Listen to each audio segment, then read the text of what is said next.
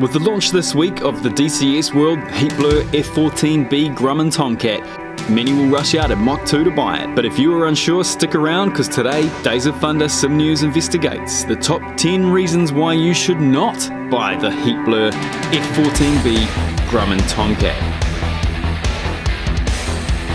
Welcome to Days of Thunder Sim News, all the very best in simulation gaming news.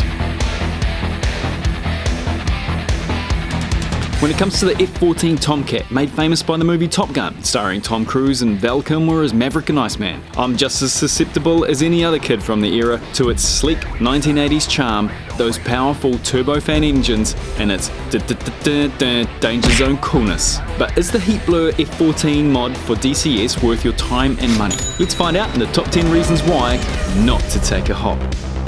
Number 1. It's complicated as all hell. This isn't just a jump in and fly kind of situation. Look at the list you need to rehearse just to take off. This is quite complex. In fact, it's actually the same as a real Tomcat, so don't expect to jump in and be fire and aim 9s with these. There's a learning curve here. Number 2. Once you hop, you can't stop. Assuming you actually make it through rookie school and get the thing off the deck, you'll have a good chance of falling deeply in love with this. It could be a tough game to put down, so you may need to seek out support groups to unhook yourself from the addiction. Number 3. You need friends. Now you have a full-blown new addiction to contend with, so you can kiss goodbye to all but your closest of friends. Fortunately, the F14 is a multi-seat aircraft and takes 2 to tango, but don't worry if you can't find someone to fly with you, you'll be able to make great friends with your Rio Jester. Give me a call, I'll fly with you. Number 4. Its attention to detail is too glorious. Flying a simulated aircraft is hard enough, but you might find it even more difficult given the attention to detail in this F14 is stupendous. Just look at those buttons and switches inside. Incredible. Number 5. It's impossible to pull a 4G inverted dive with a MiG-28. TopGun pilots have confirmed that the Tomcat was actually able to perform a 4G inverted dive maneuver completed by Maverick and TopGun, even if it did exceed the aircraft's 2.4G imposed limits. But the real issue you will face is the MiG-28 didn't actually exist. It was a fictional aircraft created for the movie, and was just an American F5 painted black. Number 6. If you do a flyby on an Admiral's Tower, you won't get to date Penny Benjamin. Alas, unlike Maverick, no matter how many control tower flybys you complete in the game, it's unlikely to net you any ladies. Well, unless you find that extra special girl who really takes a shine towards your in-game bad boy antics. Goddamn son of a bitch.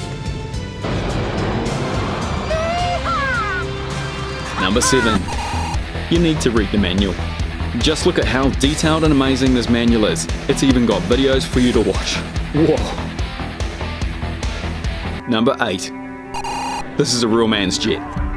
When questioned what the difference was between the F14 and the F18 Hornet that replaced it, a pilot once answered, the F14 was like a muscle car, the F18 was like a suburban SUV. One was rough, gruff and tough, whereas the other was air-conditioned, had a CD player and heated seats. Great for around town, but which would you want to take to a fight? 9. You might throw up, like Tom Cruise did. The producers of Top Gun insisted on placing cameras and pilots in real cockpits for filming, but unfortunately 90% of the footage was unusable, as the actors, including Cruise, couldn't stop throwing up. With VR support and powerful turns at your beck and call in the game, you too may take home a BAFTA award. Number 10. Because war is hell, and so many of us have been lucky enough to avoid it so far. Check out some of the great stories by this man here recounting Vietnam for inspiration. So there you have it, 10 good reasons why not to fly the Heatblur F14. Or perhaps if you're like me, these will only make you want to get into the action faster. If so, you can be my wingman anytime.